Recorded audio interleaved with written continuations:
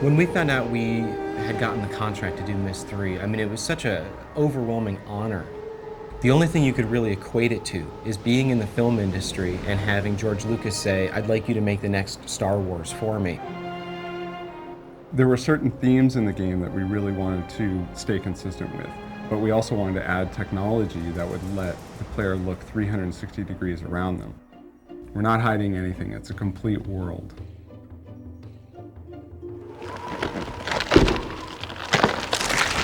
To say that we had a lot to live up to is a horrible understatement. There are millions of people that have played Myst and Riven. There are millions that have such high expectations of what Myst 3 has to be that it's almost daunting.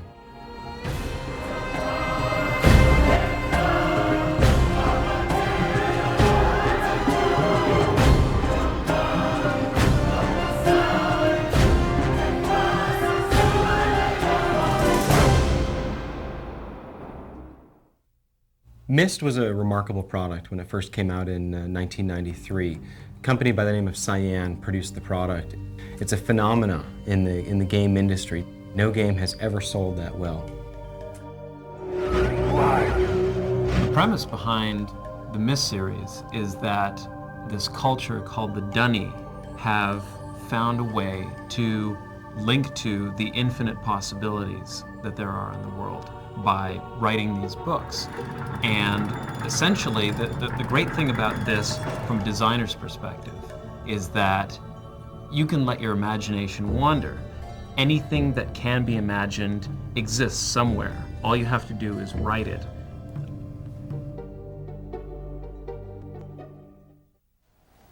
Atris, is that you? Come to rescue your book so soon? The really early decision that we made was to try to create a story context that would really offer us the opportunity to create a lot of deliberate puzzles. The lesson age concept gave us a great foundation to start from. My sons, I promise to teach you the secrets of my ages. This world is the idea behind the lesson age concept began with a question. I was looking at Myst Island from the original game, and I was thinking, why would someone who has the ability to write a link to a world with such diverse and unusual elements within it? Well, if Atris wanted to educate his sons about certain fundamental concepts, then he would write a linking book in such a way that it would incorporate these diverse elements. And it was really from there that the idea of these teaching ages arose. This what you expected, Atris? When you followed me here hoping to reclaim relation? One of the challenges of telling a story in an interactive game is that you can't always control what sequence of events is going to occur in the game. So in order to make a story work in Exile, we had to come up with ways in which we could tell the story from various directions. What's the matter, Atris? Can't remember how things work? You'd get snippets of the story the more you progress through the game. You've returned, but where's Relishan? I think what Cyan managed to capture in the Myst games is a world that felt very bizarre and surreal and intriguing, but at the same time somehow familiar. They would take these things that were perhaps medieval or Baroque and juxtapose them in a certain way that was impossible in our own world. And I think that made it very accessible for a lot of people. What I really wanted the designers to explore was the boundaries of what was defined as an age. In Myst and Riven, you see an age as this island within sort of an endless sea in this world. And for us, that could be anything. The environments of Exile aren't meant to be intimidating. Jananan is a very tropical environment and sort of a rock climber's paradise. Voltaic has sort of a Grand Canyon feel, a very majestic feel. Tamana is the new home for Atris and Catherine and their baby Yisha, so we wanted something that was very familiar, very Myst and Riven-like. Some of the other environments are very different. The original idea we had behind Edana, or the Life Age, as we referred to it in production, was to gather as much life and enrichment as possible into one area. This is basically all about life. The idea of the inverted tree was taking something normal and tweaking it and making it a little abnormal. Taking the tuft of the tree and turning that into the enclosure or the living space and letting everything else fall into the ocean, and then going for the absolutely radical. Technologically speaking, I mean, we ran into all sorts of issues. I was no longer confined to a flat two-dimensional map. I had to work three-dimensionally. I had to basically come up with another way to model this thing out. Everything was a challenge in this one. It is amazing how much work it takes to put together a project like this. You sort of have to step back and say, we are going to build the best game we can possibly build. We are going to put our heart and our soul into it. One of the first steps in achieving the graphics was to make sure that we had quality personnel. Our designers had to be top-notch. Our modelers and texture artists had to be some of the best in the industry. We had a lot of artists that were already using 3D Studio Max here at Presto Studios, so we started looking into the package and seeing how well it could do high-res, pre-rendered graphics for our game. The animators did a couple of tests early on, and the results were very positive.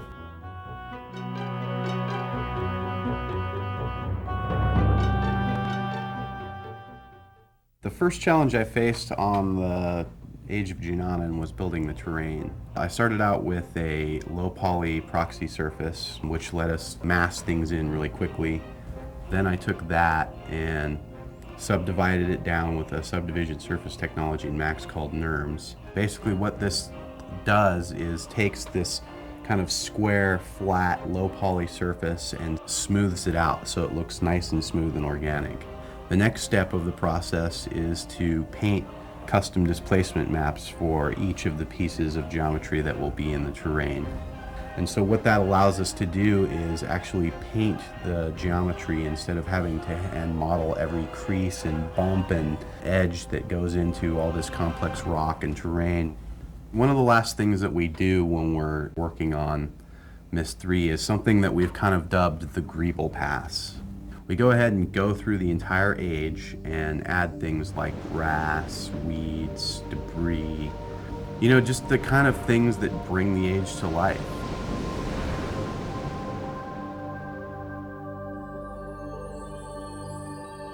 I think with Exile, we really felt we had the opportunity to push the boundaries of pre-rendered 3D graphics to really create an exceedingly detailed, realistic world.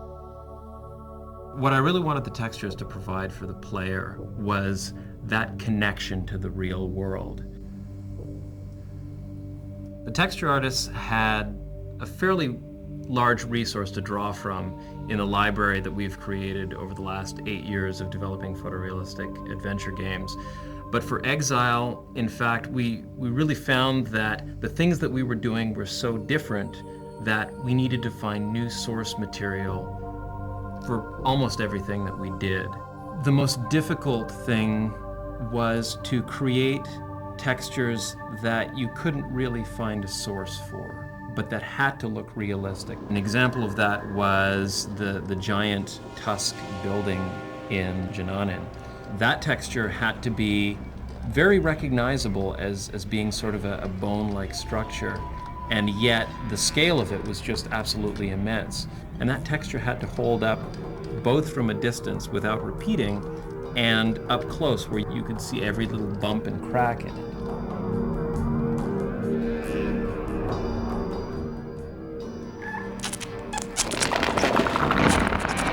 With the puzzles, we really wanted the player to have a clear idea of what they were going to do and what they were trying to solve and be able to see the outcome of their trials right away. We decided to do prototypes very early on. We would do 3D animations to show what things might look like and how you would interact with them.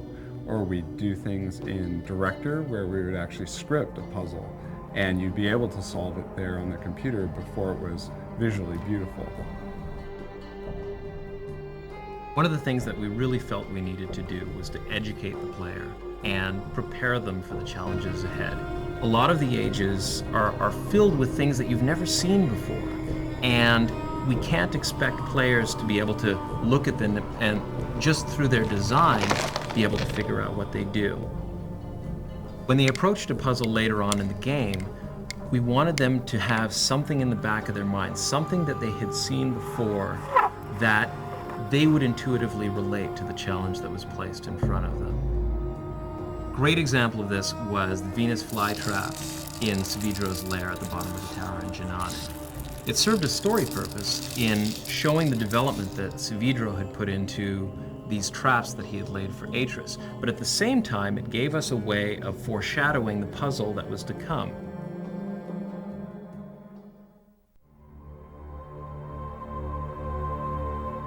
In my own opinion, I think that lighting was probably the most powerful tool that we had in creating these worlds. The mandate that I really put on each of the animators was to, with every scene that they created, to create something that would be a back-of-the-box picture.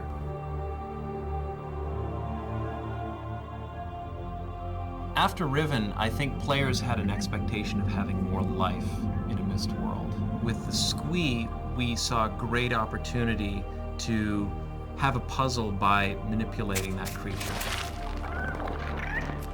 The first step of my job for realizing the animation of the Squee was to build the model. Once I've got a good wireframe mesh built, then I go ahead and build the material that tells the surface of the Squee how it should react to light. The last part of that is actually building fur. We actually have a little plugin in Max that models each individual hair on the surface of the Squee. Once everything is in place, then I go ahead and build a virtual skeleton that will sit inside the Squee, which is what I animate.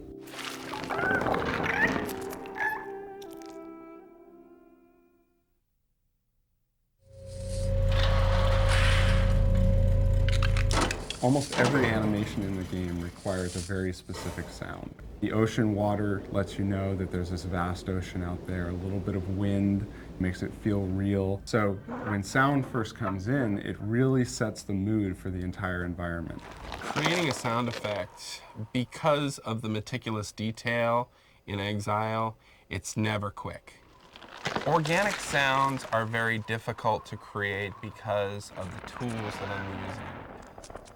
But on the flip side, a mechanical sound is much more involved. Some of the sounds that I use in, for instance, the observatory are extremely mechanical. Every process within that observatory is powered by this huge clock-generating, mechanical, looping, rhythmic thing. The elements that I put into this sound, I mean, there's probably 50 or 60 playing at any time. Speed. Real concern and action. Atris usually doesn't keep people waiting here this long. He's just been so concerned about his books. Myst 3 was a very complicated video shoot. There was a lot of very specific camera techniques, lenses used, that type of thing. Every single light that was in the computer-generated world, we would match on stage with a real physical light. And we'd use all kinds of gags, things to block to simulate leaves, or cutouts to simulate doorways. All of these kinds of things help to sell the shot. When the character walks into the room and the light falls on them properly, you can't tell what's reality and what's computer generated. I suggest that you think very carefully about using it. Because the one thing I know about linking books, the doors they open don't close behind you. We had a really tricky shot in Exile. The idea was Atris walks in one end of the study and Savidro sort of links in behind. And we wanted to have this single continuous shot where the camera turns and looks at Atris and then turns all the way around and sees Savidro. The final composite with all of its elements actually took place over the course of 2 months. You have 4 pieces of video, you have special effects, you have the fire, you have the curtain falling away, and on top of that you have the camera swinging around, you know, wherever it wants to go. Getting that effect done, in the can, looking right, was probably the most difficult video I've ever had to do in my entire life. Basically, we take the original footage, which is shot on blue. We knock the blue out of that, so all we have is the character that remains. We drop the character on top of the background, and that gets us 80% of the way there. In combustion, we put it all together, sort of timing this piece over here, this piece over here, and because combustion is actually a 3D compositing tool, we're able to move the camera and swing it around. It's a tremendous opening to the game. No! No!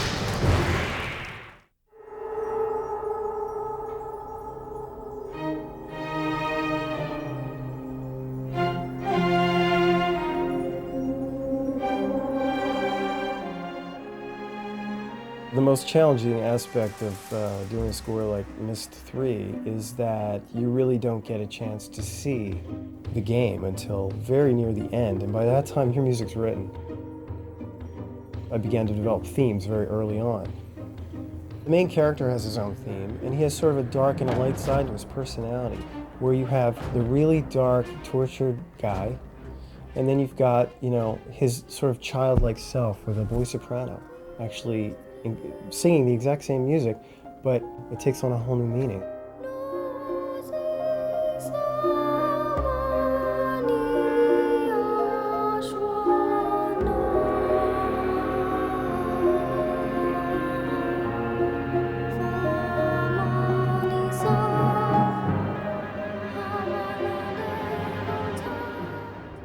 Then there's also sort of the theme of the entire game, with all the choir singing in the language of this new title. I sent the first draft to Presto, and they're like, okay. And it was a really fortunate place to start, because that really was the umbrella under which everything else could be tweaked and developed. The music is the unseen character in any media form. It does become something that the listener may not really be thinking about, but yet affects their perception of what's actually happening on the screen, whether it be a computer screen or a television or movie screen. Meeting the Dunny, those brave men and women who are building a new life for themselves, I realize I've been given another chance as well. We designed this unseen character together, between Presto and myself, to heighten the drama, to heighten the experience.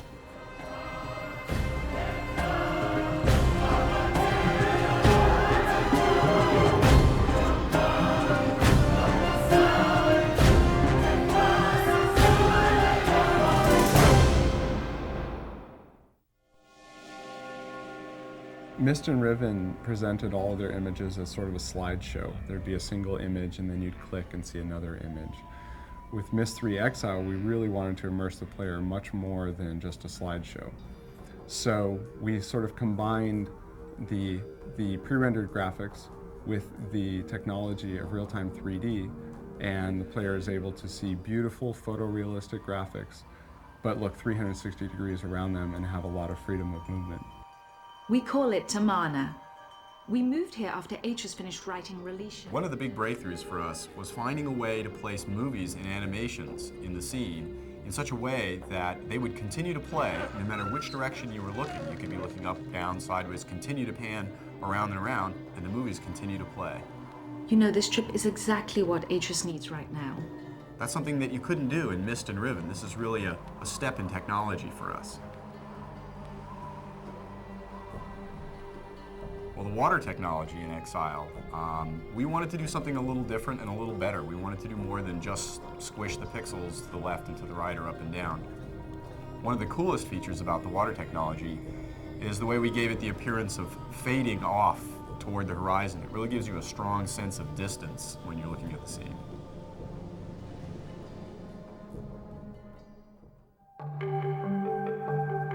The most exciting part for me is being at the end of the chain and actually being able to get my feet wet, programming some of the things in the game.